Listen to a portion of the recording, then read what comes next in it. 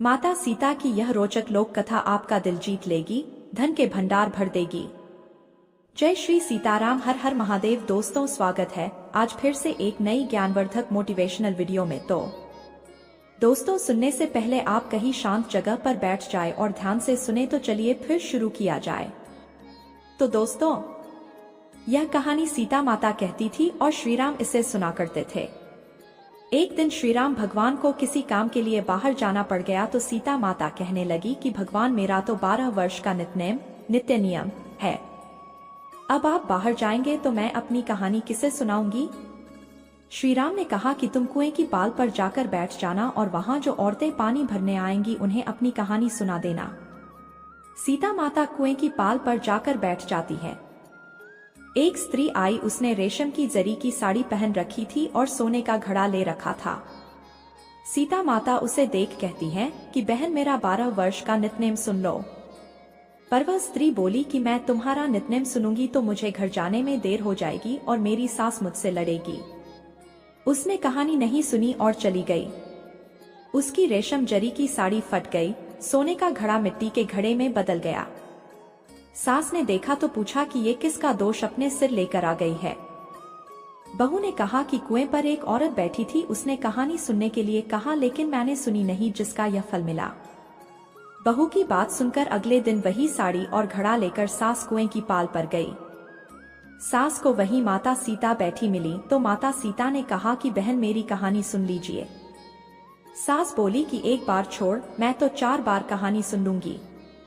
राम आए, लक्ष्मण आए, देश के पुजारी आए, नित्यनेम का नेम लाए, आओ राम बैठो राम, तपी रसोई जियो राम, माखन मिश्री खाओ राम, दूध बताशा पियो राम, सूत के पलका मोठो राम, शाल दुशाला पोठो राम, शाल दुशाला ओडो राम, जब बोलूं जब राम ही राम, राम संवारें सबके काम, खाली घर भंडार भरेंगे, सबका बेड़ा पार करेंगे, श्री राम जय राम जय जय राम।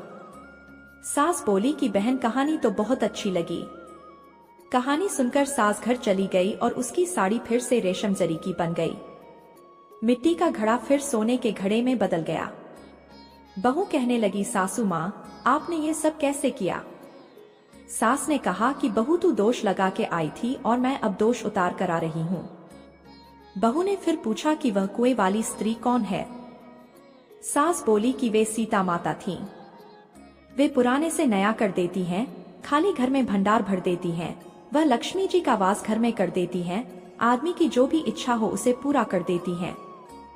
बहू बोली, किसी कहानी मुझे भी सुना दो।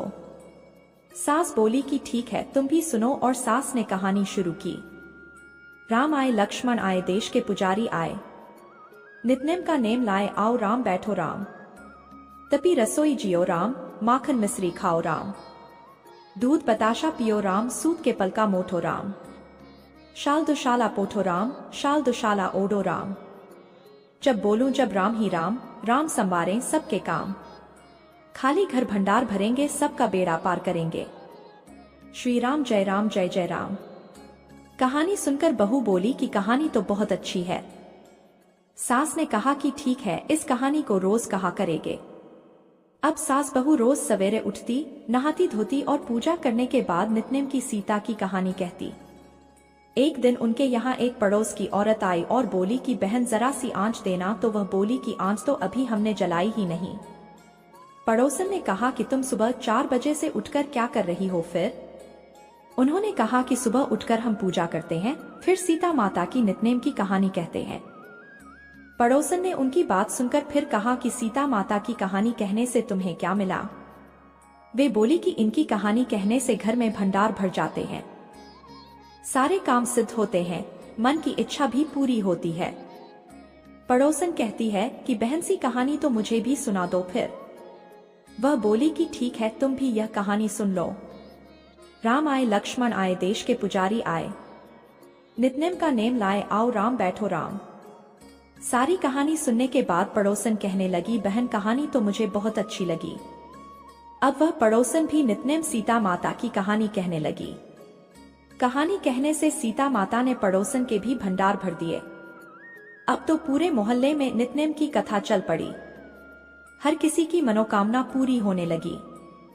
मित्रों, अगर आपको यह नितनेम की कहानी पसंद आई हो तो वीडियो को एक लाइक कर दे और कमेंट में जय श्री सीताराम लिखकर वीडियो को अपने दोस्तों को, रिश्तेदारों को शेयर कर दे।